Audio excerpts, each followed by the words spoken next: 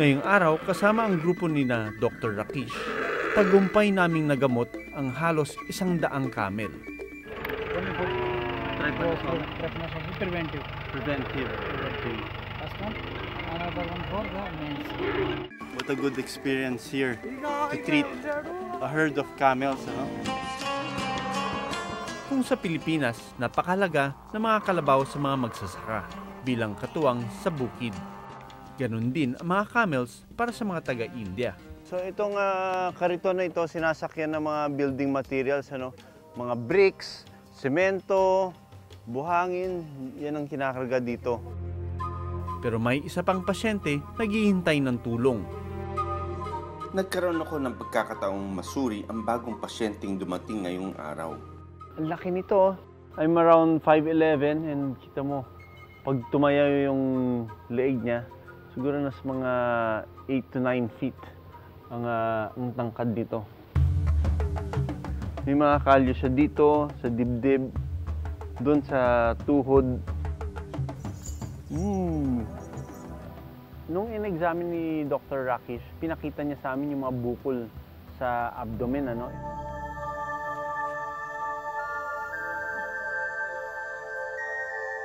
Tinalian na siya ng pagganon para hindi siya makatayo.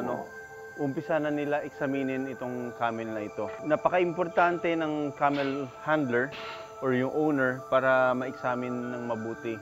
Kaya niya dinala yung kanyang camel, ayaw daw kumain mabuti at saka hindi umiihi masyado. What is wrong with your camel? Chara nahi kha raha tha, bogad nahi ho. He's saying that it's not eating food Properly. It's not masticating. It's got some gastric disturbance. Habang patuloy na sinusuri ang camel, nagulat ako sa narinig ko.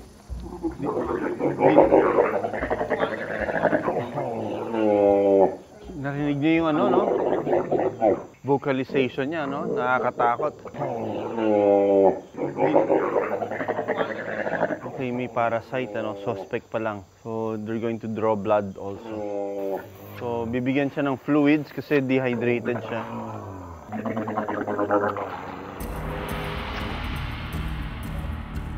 So, yun daw ang kalimitang sakit ng mga camel dito, yung trypanosomiasis. Yan, binigay sila different parts of the body. Pag binigay itong gamot na ito, sabi ni Dr. Rakesh at ni Dr. Pradeep, merong mga ibang reactions na makikita yung camel. Meron silang muscle twitching, naglalaway, they make a lot of vocalization.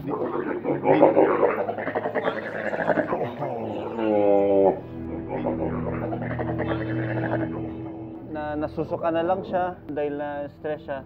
Sinuka niya ito tapos kita mo yung pole glands niya.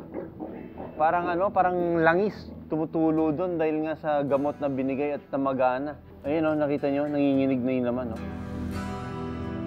Sa ngayon, obserbahan at hihintayin na lang munang umepekto ang mga gamot na ibinigay sa camel.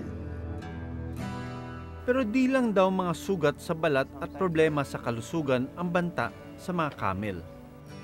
Dahil sa mas modernong pamumuhay dito sa India, nanganib na rin daw silang maubos. That's already started happening because people, if they are not using these camels anymore, they have started sending these camels for slaughter, and which is illegal, absolutely illegal in India. Population is cutting down and down and down. We'll not be able to see camels on roads after 10 years.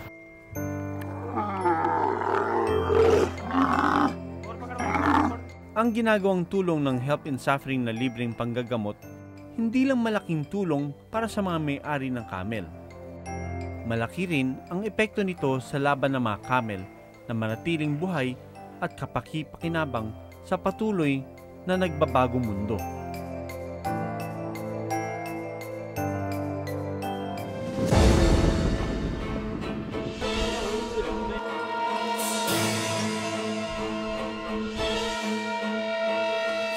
Sa Dabuchi tayo at nag-snow.